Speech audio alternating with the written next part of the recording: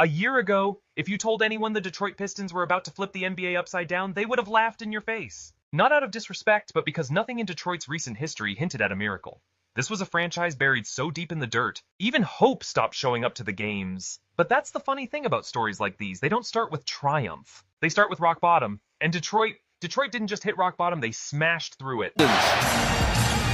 Cade drives it, jams it!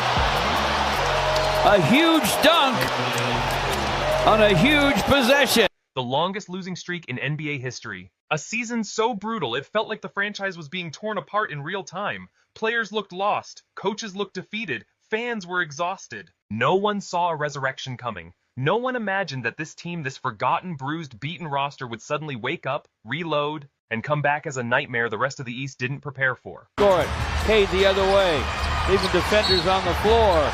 Guns on the run. It goes! Yet here we are. The Detroit Pistons are 9-2, riding a 7-game eruption, sitting at the top of the Eastern Conference like they never left. Not by accident, not by luck. But because somewhere between all the losing, all the criticism, and all the doubt, something in Detroit snapped back to life. And now the entire league has to deal with it. Just 2 seasons ago, Detroit wasn't rebuilding, they were collapsing. 28 straight losses tied for the longest streak in NBA history. A 14-68 season that felt like a franchise begging for mercy. Monty Williams didn't work, the rotations didn't work, the culture didn't exist. Fans weren't angry, they were numb, and then something shifted. Last season, Detroit flipped the script with one of the biggest turnarounds the league has ever seen. A 30-win improvement, finishing 44-38, and punching their first playoff ticket since 2019. They lost to the Knicks in the first round, sure, but for the first time in years, Detroit didn't walk into the offseason hopeless. They walked in hungry. And now, 11 games into the season, the Pistons look like a team possessed. Confident, structured, balanced, everything Detroit basketball hasn't been for over a decade. During their 7-game heater, they rank 4th in net rating, 5th in offense, 4th in defense, a top 5 team on both ends of the floor without even being fully healthy. They're getting to the line at an elite rate, taking care of the ball, protecting the rim, and forcing opponents into terrible shots. But the heartbeat of this revival, the anchor dragging Detroit out of the mud, it's Cade Cunningham. Cade drives it, jams it!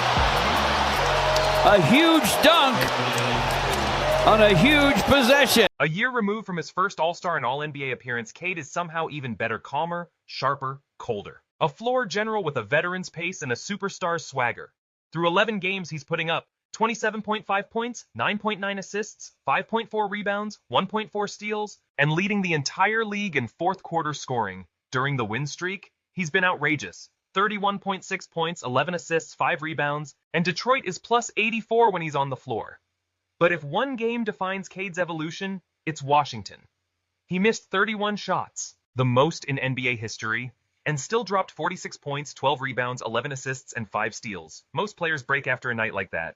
Cade got stronger. He scored 15 in the fourth, dragged Detroit into overtime, and sealed the win. That's not confidence, that's conviction. And while Cade is the mind of this team, Jalen Duren has become the muscle. Duren isn't just a breakout star, he's Detroit's second cornerstone, a 21-year-old center playing like an all-star in real time. He's averaging nearly 20 and 12, hitting 80% from the line, and dominating the paint every night. 6th among all centers in scoring and rebounding, leading the entire league in second chance points. 7 double-doubles already, including a 22-point-22 rebound demolition of Utah.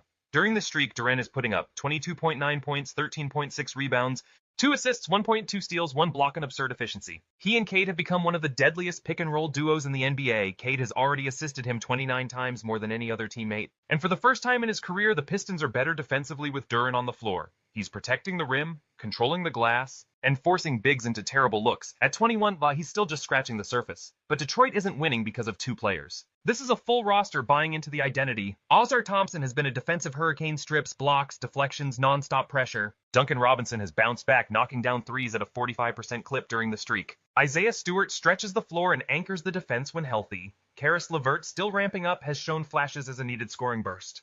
Ron Holland, too, is quietly evolving into a reliable two-way weapon, reading passing lanes like a veteran. And here's the wild part, Detroit is doing all of this without even being close to full strength. Jaden Ivey hasn't played, Marcus Sasser hasn't played, Tobias Harris has missed time, LeVert is still ramping up, Stewart is in and out. Yet the Pistons are first in the East, while missing half their rotation. That's what makes them terrifying. Something is happening in Detroit, something nobody saw coming this fast, not a gimmick. Not a trendy system designed to chase whatever the league thinks is modern basketball. No, this team has doubled down on something far more fundamental, something that feels almost rebellious in today's three-point obsessed era. They've embraced a style that hits you the moment the game starts. Pressure, physicality, and a determination to win the battle inside the arc. It's throwback basketball in a world that forgot what throwback even looks like. Nearly 80% of their offense comes from two-point territory, the second highest rate in the NBA. You don't see that anymore. Most teams want to live and die by the three. Detroit wants to make you regret ever stepping in the paint. They aren't trying to outrun the league's shooters. They're not matching anybody's spacing, movement, or modern blueprint. They're dragging opponents into a fistfight. They're forcing teams out of their comfort zones. You don't beat Detroit by being yourself. You beat Detroit by surviving their version of the game. And that identity stretches far beyond offense. Defensively, this might be the closest thing we've seen to the go-into-work DNA in almost 2 decades. This group flies around the court like they're connected by invisible wires. Top 5 in defensive metrics, activity everywhere. Hard closeouts, second efforts, bodies on the floor, hands in passing lanes, rim protection that makes players hesitate even before they leave the ground. It's not glamorous. It's not the type of basketball that racks up highlight reels on social media. But it's the type of basketball that wins games in April and May. Still, for all the momentum, for all the buy-in, for all the progress, there remains one obstacle that sits above everything: health. Last season, Detroit didn't go into the playoffs. They limped into them. They weren't whole, and they paid for it. This year looks completely different, but the stakes are higher too. Because the Eastern Conference, it's more open than it's been in years. Boston doesn't carry the same fear factor. Indiana is exciting but inconsistent. Milwaukee feels like it's lost its identity. New York and Cleveland are tough but far from invincible. Nobody in the East looks unbeatable, and that alone changes the entire landscape. For the first time in a long, long time, Detroit has a real lane. If Cade Cunningham keeps elevating like a true top 10 player, controlling pace, reading defenses, manipulating every possession, then the Pistons always have the best player on the floor, more often than not. If Jalen Duren continues to dominate the paint like a grown man playing among kids anchoring both ends, setting the tone physically, dictating space, then Detroit's interior advantage becomes a nightly nightmare for opponents. If their wings keep guarding with purpose, if the role players stay locked in, if the rotations remain sharp, if the chemistry keeps building, then a deep playoff run isn't a stretch. It's a possibility, a realistic, grounded, fully earned possibility. Top 4, easily within reach. Top 3, absolutely. Top 2, if they stay healthy, if they stay focused, it's not crazy. There is only one team in the entire league above them, the defending champions, Oklahoma City. So now Detroit is staring down a question that used to feel impossible. Is this just a good team, a solid playoff squad, a nice story? Or is this something more, something the rest of the league should be worried about?